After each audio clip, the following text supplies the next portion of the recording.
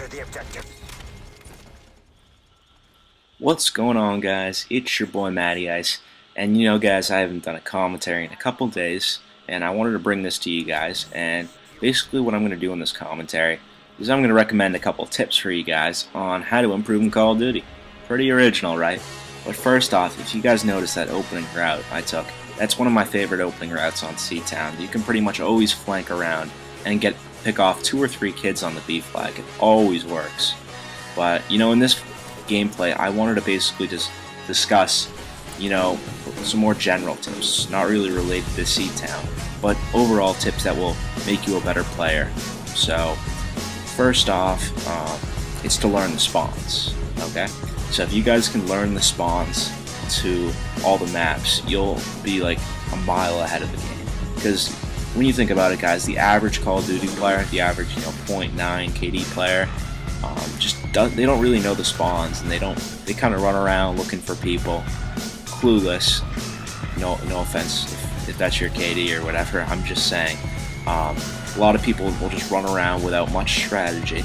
And if you can figure out where the enemy is respawning, after they die, you'll be like a couple steps ahead of the game. And basically, if you learn the spawns, you'll learn where to position yourself in the map. So I would highly recommend learning the spawns. Also, I would recommend playing on a sensitivity that is comfortable with you. Or, sorry, that makes no sense. That you are comfortable with. There we go. So basically, I've seen a lot of great players. I watch a lot of great players play on YouTube. And I've seen people, play on 10 sensitivity, 8 sensitivity, 2 sensitivity. I think I've seen a guy before play on 1 sensitivity. But ultimately, it comes down to whatever sensitivity you're comfortable with, you should be playing on. Okay, so just because this one dude that's a really beast player plays on a 10 sensitivity, doesn't mean that you should play on a 10 sensitivity. Because that player might be a rusher, they might really go really hard and rush really hard, and that might not be your play style. The bottom line, the thing I want you guys to learn from this is to play on a sensitivity that you are very comfortable with, and you'll have good aim and you'll still be able to turn fast. Okay, so generally I've heard players recommend the higher you can go, the better, and I would definitely recommend that. I'm currently on maybe a 3 or 4 sensitivity. Pretty much anything between 2 and 4 works pretty well for me. And when you have a good sensitivity that's kind of low, what I like to do is the lower sensitivity enables me to focus more on my gameplay, not as much on my aim. But the bottom line is pick a sensitivity that you're comfortable with and stick with it. Next up, my next tip is to play aggressive and to flank. So a lot of the time you'll see the best players, they won't run right into the middle of the map. They might sometimes if the middle of the map is open or, in certain circumstances. However, for the most part, I would recommend avoiding the middle of the map and running around the sides. You'll find a lot more success if you run from the sides and attack your enemies from the sides, because a lot of the time, your enemies will be expecting you from head on, and not from the sides or from the back. So, you gotta play kind of sneaky. Using a silencer definitely helps when flanking, and it will definitely improve your game if you can start flanking. And kind of hand in hand with flanking is strafing and drop shotting. So I would definitely recommend playing on a tactical button layout, and look at that bullshit right there, it's horrible. But I would recommend playing on tactical button layout, that way you can drop shot. You can duck when reloading or whatever, so you kind of like I do there. I'm able to move around the map a little bit better, and I prefer tactical layout. It definitely gives me the edge in some gunfights.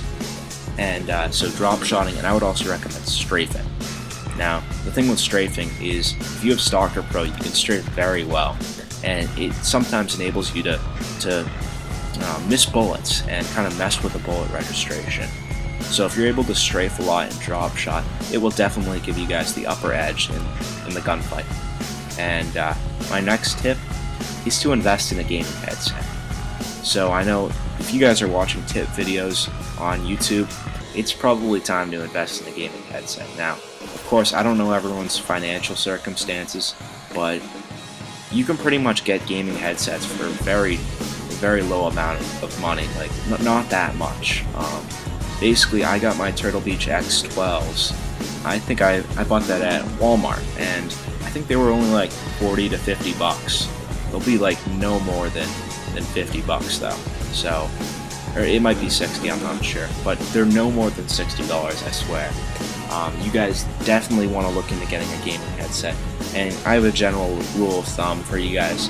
If you play, about an hour of Call of Duty each day, or more, you should get a gaming headset, because a gaming headset, you'll be able to soundboard your opponents, meaning that you can hear their footsteps, which is very, very important in this game. And you'll also be able to, your gaming experience will be enhanced. There we go.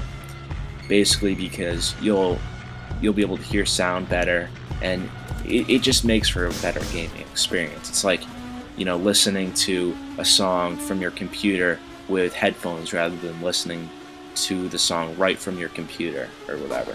But I would definitely recommend a set of Turtle Beach headphones, Turtle Beach X11s or X12s. That's definitely what I would recommend. And it's a really good investment if you're, not even a hardcore gamer. If you're somewhat into gaming, definitely look into a headset. My next tip, kind of controversial, and coming from me, it might seem,